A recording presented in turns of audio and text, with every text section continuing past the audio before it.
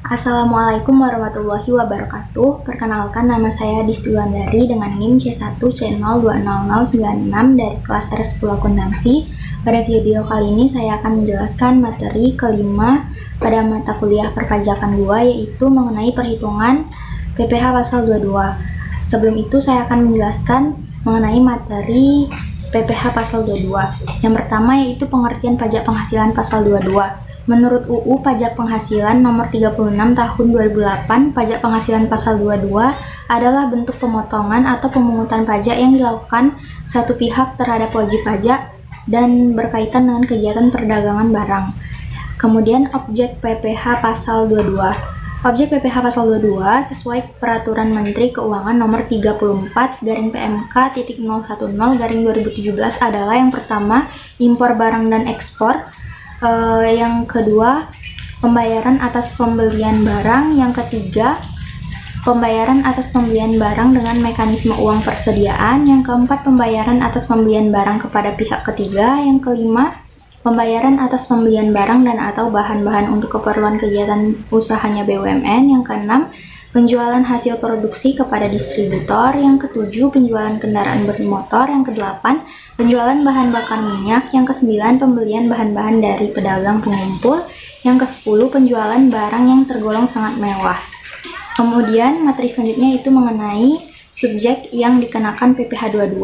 Jenis PPh 22 ini dikenakan pada wajib pajak badan-badan usaha tertentu, baik milik pemerintah maupun swasta yang melakukan kegiatan perdagangan ekspor, impor, dan reimpor. Kemudian subjek pemotong PPh 22.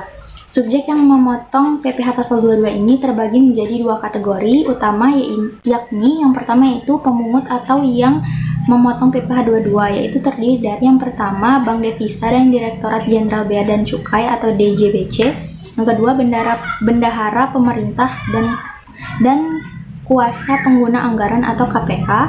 Yang ketiga, bendahara pengeluaran. Yang keempat, kuasa pengguna anggaran atau KPA. Yang kelima, badan usaha milik negara atau BUMN.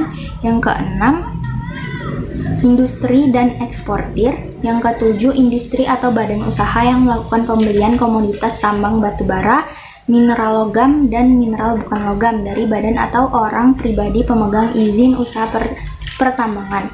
Kemudian selanjutnya itu wajib pajak badan atau perusahaan swasta yang wajib memungut PPh pasal 22 saat penjualan adalah yang pertama, badan usaha yang bergerak dalam bidang usaha industri semen, industri kertas, kemudian baja, otomotif, farmasi, atas penjualan hasil produksinya kepada distributor di dalam negeri. Kemudian yang kedua, agen tunggal pemegang merek atau ATPM, agen pemegang merek atau APM, dan importir umum kendaraan bermotor. Kemudian yang ketiga, produsen atau importir bahan bakar minyak. Yang keempat, badan usaha yang bergerak dalam bidang usaha industri baja. Yang kelima, pedagang pengumpul. Kemudian yang keenam, sesuai dengan Peraturan Menteri Keuangan Nomor 90/PMK.03/2015, pemerintah menambahkan pemungut PPh pasal 22 dengan wajib pajak badan yang melakukan penjualan barang yang tergolong sangat mewah. Selanjutnya ada tarif PPh pasal 22. Yang pertama, atas impor yang menggunakan angka pengenal importir atau API sama dengan 2,5% dikali nilai impor. Kemudian non API sama dengan 7,5% dikali nilai impor. Yang tidak dikuasai sama dengan 7,5% dikali harga jual lelang. Yang kedua, atas pembelian barang yang dilakukan oleh DJPB, bendahara pemerintah, BUMN atau BUMD sama dengan 1,5% dikali harga pembelian, tidak termasuk PPN dan tidak final. Kemudian yang ketiga, atas penjualan hasil produksi ditetapkan berdasarkan keputusan Direktur Jenderal Pajak, yaitu kertas sama dengan 0,1% dikali DPP PPN, tidak final. Kemudian semen sama dengan 0,25% dikali DPP PPN, tidak final. Lalu baja sama dengan 0,3% dikali DPP PPN, tidak final. Lalu otomotif sama dengan 0,45% dikali DPP PPN, tidak final. Yang keempat, atas penjualan hasil produksi atau penyerahan barang oleh produsen atau importir bahan bakar minyak, gas, dan pelumas adalah sebagai berikut. Yang pertama yaitu pungutan PPh pasal 22 kepada penyalur atau agen bersifat final selain penyalur atau agen bersifat tidak final. Yang kelima, atas pembelian bahan-bahan untuk keperluan industri atau ekspor dari pedagang pengumpul ditetapkan sama dengan 0,25% dikali harga pembelian tidak termasuk PPN. Yang keenam, atas impor kedelai, gandum, dan tepung terigu oleh importir yang menggunakan API sama dengan 0,5% dikali nilai impor. Yang ketujuh, atas penjualan yaitu pesawat udara pribadi dengan harga jual lebih dari 20 miliar, lalu kapal pesiar dan sejenisnya dengan harga jual lebih dari 10 miliar.